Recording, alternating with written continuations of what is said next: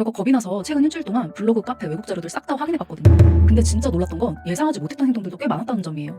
강아지랑 살다 보면 아이가 나를 좋아하는 걸까 싶을 때 있지 않나요? 저는 모찌랑 둥이를 키우면서 이런 느낌을 받은 적이 있었는데요. 제가 외출하고 돌아와 보니까 모찌가 전기선을 물어뜯어 놓은 거예요. 이건 냅두면 너무 위험할 것 같아서 단호하게 혼냈는데 저를 빤히 쳐다보고는 한동안 피해 다니더라고요. 그 뒤로 제가 좀 심했나 싶어서 이름을 부르며 손짓했는데도 무시했었고요. 그때 든 생각이 앞으로 아이가 나를 싫어하면 어떡하지 였어요. 결국 겁이 나서 최근 일주일 동안 블로그, 카페, 외국 자료들 싹 다 확인해봤거든요. 근데 진짜 놀랐던 건 예상하지 못했던 행동들도 꽤 많았다는 점이에요. 그리고 저희 강아지들이 해당되는 게 몇 개인지 확인해보는 재미도 꽤 쏠쏠하더라고요. 우리 모찌랑 둥이도 이랬었는데 하면서요. 여러분들도 반려견이 몇 개나 해당되는지 체크해보시고 댓글에도 공유해주세요. 그럼 이제 강아지가 보호자를 별로 좋아하지 않을 때 보이는 6가지 신호를 알려드릴 텐데요. 참고로 말씀드린 내용이 무조건적인 건 아니고요. 종합적인 판단이 필요한 부분이에요. 반려견이 이런 행동을 보였을 때 그에 대한 적절한 대응도 자세히 설명해 드릴 테니 꼭 끝까지 집중해주세요. 아마 강아지들이 꼬리를 흔들며 반기는 경우는 많이 보셨을 거예요. 근데 꼬리를 왼쪽으로 흔드는 경우도 보신 적 있으신가요? 만약 보호자님이 다가갔을 때 강아지가 꼬리를 왼쪽으로 흔든다면 긴장하고 있거나 불안함을 느꼈을 확률이 높아요. 2007년에 신경과학자인 조르지오 바로티가라 박사가 발표한 논문이 있는데요. 이 연구에서는 개들이 긍정적인 자극을 볼 땐 꼬리를 오른쪽으로 더 많이 흔들고 부정적인 자극을 볼 땐 꼬리를 왼쪽으로 더 많이 흔드는 경향이 있다는 걸 발견해요. 쉽게 말해서 꼬리의 오른쪽 근육이 긍정적인 감정을 뜻하고 왼쪽 근육이 부정적인 감정을 반영한다고 보면 되는데요. 예를 들어 산책하다가 몸집이 크고 무서운 개를 만났다. 그래서 겁이 났을 경우 왼쪽으로 흔들 수 있다는 거죠. 만약 반려견이 보호자님을 보고 꼬리를 왼쪽으로 흔든다면 강아지가 더 편안함을 느낄 수 있도록 천천히 다가가서 신뢰를 쌓는 과정이 필요해요. 두 번째는 장난감을 가져오지 않는 경우예요. 강아지가 보호자를 신뢰하고 좋아할 때 장난감을 가져와 같이 놀자고 하거나 선물처럼 건네는 행동을 하는데요. 이게 단순히 놀자의 의미가 아니라 보호자님과 유대감을 확인하고 강화하려는 자연스러운 표현이에요. 그런데 강아지가 장난감을 전혀 가져오지 않는다면 여러 가지 이유가 있을 수 있어요. 한번 따져보셔야 할 게 강아지가 원래 독립적인 성향을 가지고 있었는지 아니면 이전에 보호자님과 함께하는 놀이에 대해서 좋은 기억이 부족했었는지를 확인해주세요.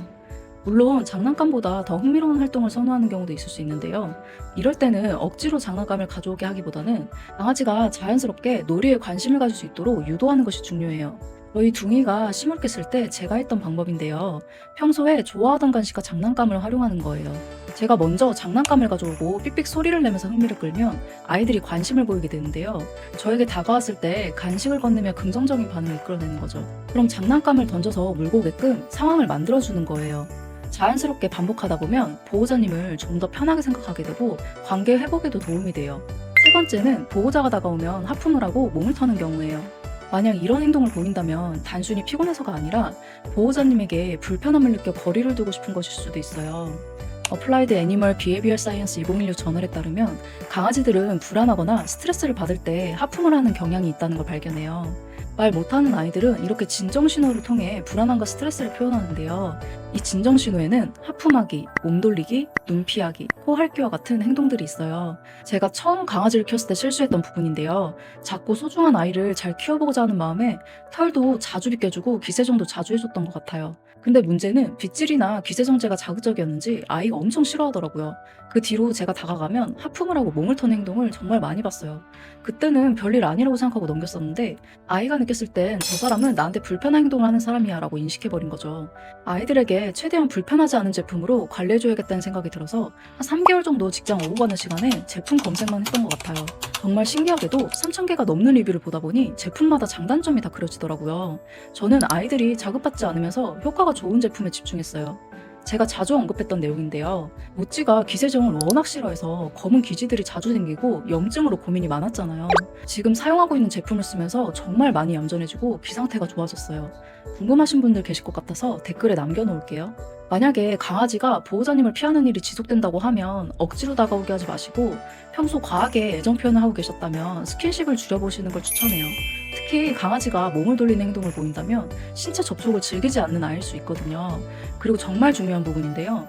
보호자님이 왔는데 하품을 하고 몸을 돌리면 이 신호를 무시하지 마시고 한 걸음 물러나 주세요.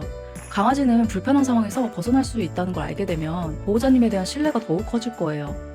네 번째는 다른 사람과는 잘 어울리지만 저한테는 다가오지 않는 경우예요. 만약에 가족 중에서 다른 사람에게는 애정을 보이는데 유독 나한테만 거리감을 둔다?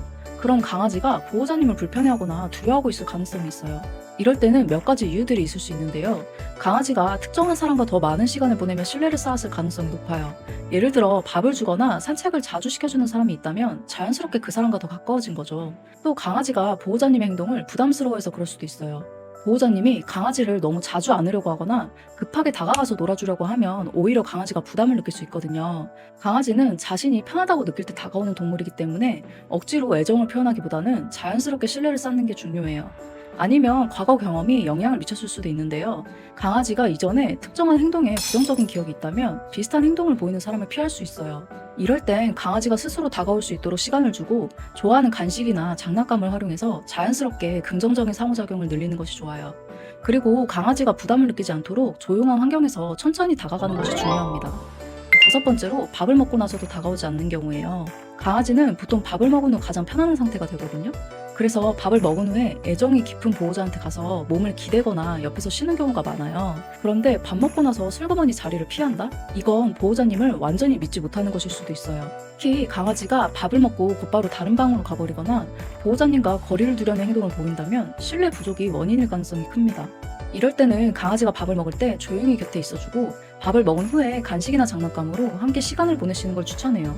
또 강아지가 식사 후에 편안하게 보호자 곁에 있을 수 있도록 부드러운 톤으로 말을 걸고 손을 내밀어서 천천히 교감을 시도해 보시는 것도 좋은 방법이에요.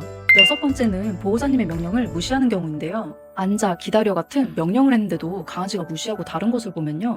단순히 말을 안 듣는 게 아니라 보호자님을 신뢰하지 않거나 권위를 인정하지 않는 걸 수도 있어요. 특히 구조된 강아지들은 이전에 좋지 않은 경험이 있어서 새로운 사람을 믿는 데 시간이 꽤 걸릴 수 있거든요. 그런데 명령을 무시하는 것이 보호자님과의 관계 때문만이라고 단정 지을 순 없어요. 강아지가 새로운 환경에 적응 중이거나 컨디션이 좋지 않을 때도 명령에 반응하지 않는 경우가 있거든요. 만약에 강아지가 평소에는 잘 따르다가 갑자기 무시하는 행동을 보인다면 건강 상태를 확인해 보시는 걸 추천해요. 설명드린 6가지 이외에도 저희가 흔히 아이의 행동을 보고 나에게 서운한 게 있었구나 혹은 삐졌구나 하고 알 수 있는 신호들이 있어요. 짧게 소개해드리자면 꼬리를 흔들지 않거나 보호자와 눈을 마주치지 않는 경우, 그리고 같은 방에서 자는 것을 피하거나 스킨십을 싫어하고 공격적인 행동을 보이는 거예요. 만약 강아지가 위와 같은 행동을 보인다면 무조건 나를 싫어하는구나 라고 단정 짓지 마시고 신뢰 관계를 회복하는 것이 중요한데요. 강아지와 함께하는 시간을 늘리고 부드럽게 다가가 보세요. 그리고 아이가 좋아하는 것을 일관성 있게 해주면서 긍정적인 경험을 만들어주시는 것이 좋아요. 여러분들의 반려견은 이 중에서 몇 개나 해당되시나요? 아마 영상 끝까지 잘 보셨다면 머릿속에 드시는 생각이 있으실 거예요. 저는 아이들과 함께 살면서 힘든 적도 많았고 이렇게까지 해야 하나 싶은 순간들이 꽤 있었는데요. 근데 아이들이 제 삶에 주는 행복감과 긍정은 이루 말할 수 없이 크더라고요. 저는 앞으로도 아이들과 제가 함께 잘 지낼 수 있는 방법들을 연구하고 공부할 예정이에요. 여러분들은 제 채널 구독하셔서 힘들이지 않고 많은 꿀 정보들 얻어가셨으면 합니다. 그럼 다음에도 유익한 정보로 찾아올게요.